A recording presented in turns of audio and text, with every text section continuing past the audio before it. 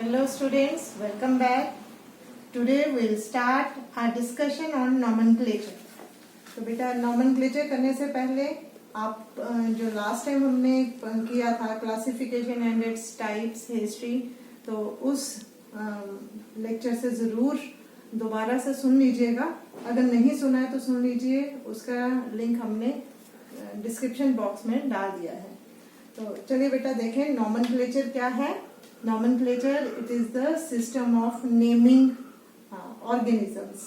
अब ये नॉमेनक्लेचर कोई एक नई साइंस नहीं है. नेम करना, किसी भी ऑर्गेनिजम्स को नेम करना, किसी चीज को नाम देना, ये कोई आज की बात नहीं है. ये उतना ही पुराना है जितना कि ह्यूमन सिविलाइजेशन पुरानी है. जैसे ही ह्यूमन ने बोलना सीखा, उसने लिविंग ऑर्गेनिजम्स, अपने आसपास के ऑब्जेक्ट्स को नाम भी देना शुरू कर दिया. क्योंकि बिना नाम के हम कोई भी ऑब्जेक्ट्स के बारे में बात नहीं कर सकते, हम लिविंग ऑर्गेनिजम्स के बारे में बात नहीं कर सकते. तो इनिशियली उसने अपने बेनिफिट के जो लिविंग ऑर्गेनिजम्स थे उनको नाम देना शुरू किया था, जैसे कि हमने लास्ट लेक्चर में भी बात की थी. हम जो ये नॉमेनक्लेचर है, जैसे हमने कहा कि जो ह्यूमन बीइंग ने पहले ही नाम देना शुरू किया था, तो हम हर ऑर्गेनिज्म का को एक अपनी लैंग्वेज में एक अलग नाम से जानते हैं. तो क्या वो सफिशिएंट नहीं है? अगर हम वही यूज करें तो हमें साइंटिफिक नेम की जरूरत ही ना पड़े. तो लेकिन वो क्योंकि बहुत इजी भी है, याद करना नहीं पड़ता हमें चाइल्डहुड से हम वही नाम पढ़ रहे हैं, सुन रहे हैं, तो हमारे लिए आसान है.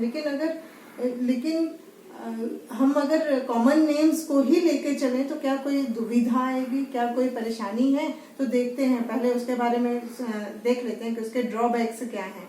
कॉमन नेम्स देखिए बेटा, वो डिस्क्रिप्टिव नहीं है. उससे, इन नाम से हमें कुछ भी पता नहीं चलता. बहुत बार ये मिसलीड भी करते हैं. मिसलीड मतलब हमें गलत अनुमान हो जाता है इनके नाम से. जैसे जेली फिश है, अगर आप नाम सुनेंगे आपको लगेगा कि ये फिश है, जबकि ये फिश नहीं है. तो बहुत से नाम जो है वो मिसलीड कर सकते हैं. अगर किसी ऑर्गेनिज्म को गलत नाम दिया गया है तो उस ऑर्गेनिज्म को के नाम को हम करेक्ट नहीं कर सकते, रेक्टिफाई नहीं कर सकते, और नए ऑर्गेनिजम्स को हम नाम नहीं दे सकते.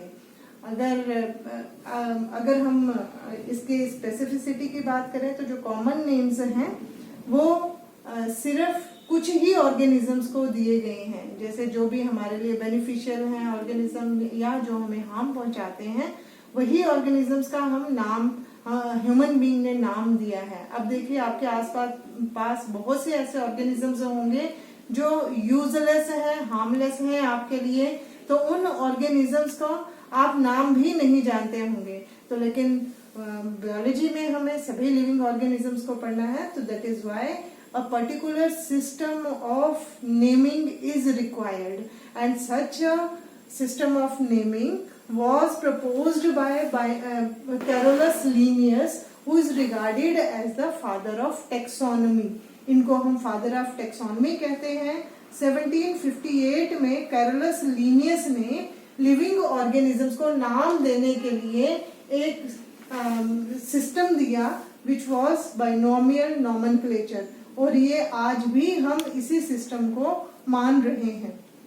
तो बेटा different set of codes present हैं in order to name various organisms, like international code of botanical nomenclature, इसमें हम प्लांट्स को नेम करते हैं. International code of zoological nomenclature, इसमें सेट रूल्स दिए जाते हैं to name animals. International code of nomenclature of bacteria, इसमें हम बैक्टीरिया को नेम करते हैं. और international code of viral classification and nomenclature. तो इस तरह से डिफरेंट कोड्स हैं नेम देने के लिए, प्लांट्स को, एनिमल्स को, बैक्टीरिया को और वायरस को. लेकिन इन सभी में नाम बाइनोमियल नॉमेनक्लेचर के रूल्स के अकॉर्डिंग ही दिए जाते हैं. तो अब हम देखें इसके रूल्स क्या हैं बाइनोमियल नॉमेनक्लेचर के. पहले तो इसका लिटरल मीनिंग ही अगर हम देखें, बाइनोमियल वर्ड के दो पार्ट्स हैं, नाम के दो पार्ट्स हैं. ऐसा नॉमेनक्लेचर, ऐसा सिस्टम ऑफ नेमिंग जिसमें लिविंग ऑर्गेनिजम्स के नाम हम दो पार्ट्स में देते हैं, दो वर्ड्स एक ऑर्गेनिज्म का नाम बनाते हैं, दैट इज बाइनोमियल नॉमेनक्लेचर। तो अब देखिए ये जो बाइनोमियल नॉमेनक्लेचर है, इसमें जब भी नेम देना है किसी ऑर्गेनिज्म को तो it is given in dead language. Dead language means ऐसी लैंग्वेज जिसमें वर्ड्स का मीनिंग विद टाइम चेंज नहीं होता है। आज जो उसका मीनिंग है वही उसका मीनिंग कमिंग टाइम में भी होगा।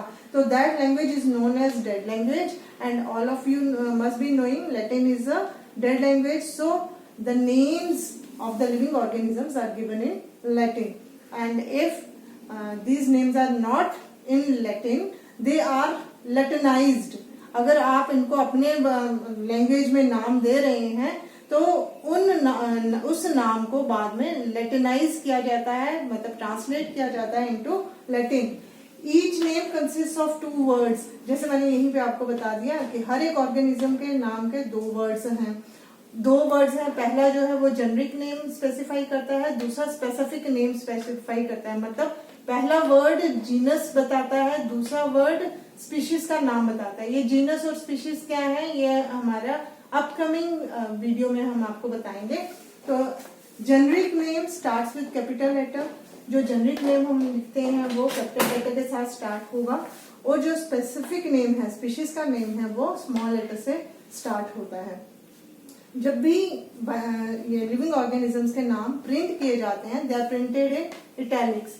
इटैलिक्स क्या है, मतलब बाकी पूरे सेंटेंस में वो जो लिविंग ऑर्गेनिज्म का नाम लिखा होगा वो एकदम से डिफरेंटली आप उसको देख पाओगे, अलग, बिल्कुल अलग लगता है पूरी लाइन में। या तो वो थोड़ा बहुत टेढ़ा हो जाएगा या बोल्ड लेटर्स में लिखा होगा। तो names are printed in italics. और अगर नाम हैंड रिटन है, अगर आप हाथ से नाम लिखते हो तो जेनरिक नेम अलग से अंडरलाइन होगा, स्पेसिफिक नेम अलग से अंडरलाइन होगा। नेक्स्ट क्या है कि द नेम ऑफ ऑथर और discoverer is written after specific name. जैसे ये नाम है मैंगो का, बोटेनिकल नेम है मैंगीफेरा इंडिका। मैंगीफेरा इंडिका में ये जेनरिक नेम है, ये स्पेसिफिक नेम है, और इस नाम के बाद उसके जिस ऑथर ने या जिस डिस्कवरर ने इसका नाम दिया है उसका नाम भी एब्रीविएशन में लिखा जाता है, उसको एब्रीविएट किया जाता है। Next, an organism if is given many specific scientific names, that is कि अगर कोई एक ऑर्गेनिज्म है उसको बहुत सारे साइंटिस्ट इकट्ठे नाम सपोज दे देते हैं, then law of priority is considered. मतलब जो जिस ऑथर ने या डिस्कवरर ने सबसे पहले इसका नाम दिया होगा उसी को माना जाएगा, बाकी के नामों को, बाकी के नेम्स को रिजेक्ट कर दिया जाता है। If a name is changed, suppose जैसे हम जेलीफिश की बात कर रहे थे, तो सपोज कोई ऐसा ही नाम है, कोई ऐसा ऑर्गेनिज्म है जिसका नाम हमें अब लगता है कि जो पहले दिया गया था वो गलत था, उसको चेंज करना है। तो अगर वो ऐसा ही नाम चेंज किया गया है तो जो ओरिजिनल ऑथर है जिसने पहले उसको नाम दिया था उसका नाम भी, उस ओरिजिनल ऑथर का नाम भी हम ब्रैकेट में लिख देंगे। जेनरिक और स्पेसिफिक नेम सेम भी हो सकते हैं। जीनस का नाम और स्पीशीज का नाम सेम भी हो सकता है। लाइक गोरिल्ला, गोरिल्ला का जोलॉजिकल नेम है गोरिल्ला, तो इसमें जीनस का नाम भी गोरिल्ला है और स्पीशीज का नाम भी गोरिल्ला है, तो दोनों सेम भी हो सकते हैं। वैसे ही कैटला फिश का नाम है, तो इसमें भी जीनस और स्पीशीज दोनों सेम है।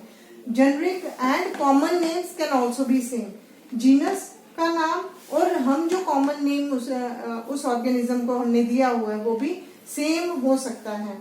जैसे गोरिल्ला की ही एग्जांपल है, और दूसरा है हमारा यूकलिप्टस का जीनस भी सेम है यूकलिप्टस, और उसका अगर कॉमन नेम हम देखेंगे इस प्लांट का कॉमन नेम भी यूकलिप्टस है। Original spellings of scientific names are retained. जो साइंटिफिक नेम है उसको सबसे पहले जब ऑथर ने जिन भी स्पेलिंग्स जो भी स्पेलिंग से लिखा था, जो नाम उसका स्पेलिंग्स जो भी उसके नाम में यूज किए थे वही रिटेन होंगे। अगर उसमें कोई भी मिस्टेक होगी तो अगर उसमें कोई भी ये लेटर हम आगे पीछे लिख देंगे that will be a mistake. So original spellings of the scientific names are retained. Otherwise हम कहते हैं नाम में जो अल्फाबेट से हैं वो कहीं पे भी कोई भी अरेंजमेंट हो सकता है, उसकी कोई मिस्टेक नहीं मानी जाती, लेकिन यहाँ पे ओरिजिनल स्पेलिंग्स को ही रिटेन करना पड़ेगा। तो ये थे सारे इसके रूल्स ऑफ बाइनोमियल नॉमेनक्लेचर। अब देखें बाइनोमियल नॉमेनक्लेचर के कुछ एडवांटेजेस भी हैं, तो ये एडवांटेजेस भी हैं क्या कि सभी ऑर्गेनिजम्स को हमने नाम दिया है अकॉर्डिंग टू बाइनोमियल नॉमेनक्लेचर। सभी ऑर्गेनिज्म जो भी डिस्कवर हो चुके हैं, जिनको डिस्क्राइब किया जा चुका है, तो उनको हम नाम भी देते हैं। वैसा नहीं है कॉमन नेम्स की तरह कि सिर्फ जो हमारे बेनिफिशियल ऑर्गेनिजम्स हैं या जो हार्मफुल ऑर्गेनिजम्स हैं उन्हीं को नाम दिया गया है, सभी को नाम दिया गया है। तो नए नाम ऐड किए जा सकते हैं, अनलाइक कॉमन नेम्स। पुराने नामों को करेक्ट भी किया जा सकता है। ये सभी नाम बाइनोमियल नॉमेनक्लेचर से जो दिए होंगे वो सारे के सारे ये यूनिफॉर्म होंगे, यूनिवर्सल होंगे। हर एक जगह अगर रशिया में मैंगीफेरा इंडिका मैंगो है तो इंडिया में भी मैंगीफेरा इंडिका है, यूएस में भी मैंगीफेरा इंडिका मैंगो ही है। ये नाम डिस्क्रिप्टिव भी हैं, ये हमें इनके फीचर्स के बारे में, यहाँ इनके नाम से हमें इनके फीचर्स के बारे में भी पता चलता है, और डिफरेंट ऑर्गेनिजम्स की रिलेशनशिप के बारे में भी ये नाम हमें बताते हैं। तो बच्चे, it was all about nomenclature, that is binomial nomenclature and it's rules and advantages. तो बेटा अगली आज हम इतना ही करेंगे, तो अगली आने वाली जो वीडियो को अगर आप देखना चाहते हैं तो इस वीडियो को तो इस चैनल को सब्सक्राइब करना मत भूलें। कोई भी डाउट होगा तो अपना कमेंट बॉक्स में डालें। Okay, thank you.